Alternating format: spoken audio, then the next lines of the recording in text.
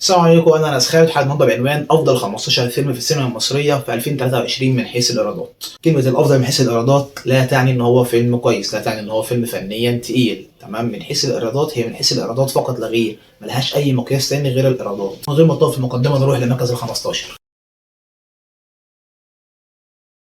طيب، في مركز ال 15 هو فيلم حقق ايرادات اكتر من اللي هقولها دلوقتي، بس حقق الارقام دي بعد 2023. يعني بلد القائمه دي انا عاملها لحد 31 ديسمبر، اي جنيه فيما بعد فما يعتبرش تبع 2023. تمام. في المركز ال 15 هو فيلم شماريخ، واللي جمع ايرادات تقدر ب 18 مليون 333 الف 769 جنيه. ونروح للمركز ال 14. راضي مع فيلم اجنبي وفيلم رعب، وهو فيلم ذا نان الجزء الثاني، واللي جمع ايرادات تقدر ب 21 مليون 820 الف 844 جنيه. ونروح للمركز ال 13. وبرضه مع فيلم اجنبي، بس المره دي مع فيلم اكشن، وهو فيلم فاست اكس، اللي جمع ايرادات تقدر ب 26 مليون و90 الف 252 جنيه. ونروح لمركز ال 12.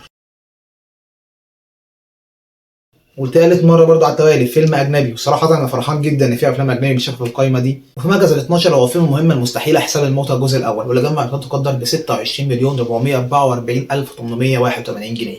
ونروح لمركز ال 11.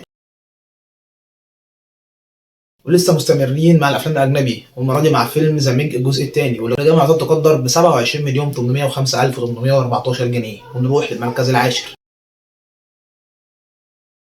ونرجع للافلام المصريه، والمره دي مع فيلم يوم 13، واللي جمع ايرادات تقدر ب 31 مليون و240 الف 591 جنيه. ونروح للمركز التاسع. في المركز التاسع فيلم فوي فوي فوي، واللي جمع ايرادات تقدر ب 32 مليون 953 الف 406 جنيه. ونروح للمركز الثامن.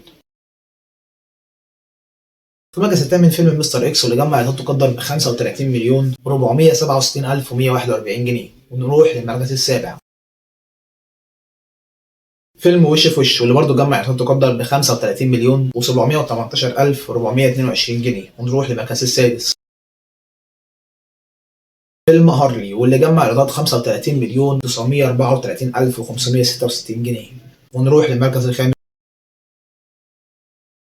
في المركز الخامس فيلم البعبع، وهنبدا نعلى بقى في الايرادات ونعدي ال 40 مليون، واللي جمع ايرادات تقدر ب 41 مليون و18 الف 966. فيلم تاج، واللي جمع ايرادات تقدر ب 42 مليون 598 الف 796 جنيه.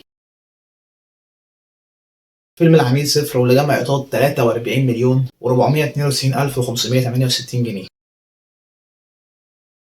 المركز الثاني في افضل افلام 2023 من حيث الايرادات في السينما المصريه هو فيلم اجنبي، ولولا الايرادات الفلكيه بتاعت المرتبه الاولى كان زمانه ده افضل فيلم. انت متخيل من حيث الايرادات؟ في المركز الثاني فيلم اوبنهايمر، واللي جمع ايرادات تقدر ب 44 مليون 659 الف 38 جنيه.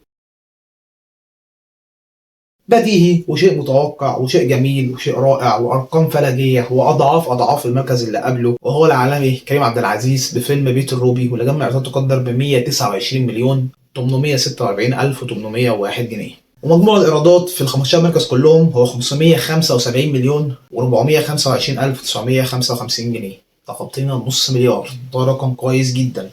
والسنه دي في 43 فيلم، دي حاجه جميله جدا. في افلام اجنبي موجوده في القايمه. الافلام الاجنبيه انت بتاخد مراكز مش 11 او 13 وبس، لا، في المركز الثاني.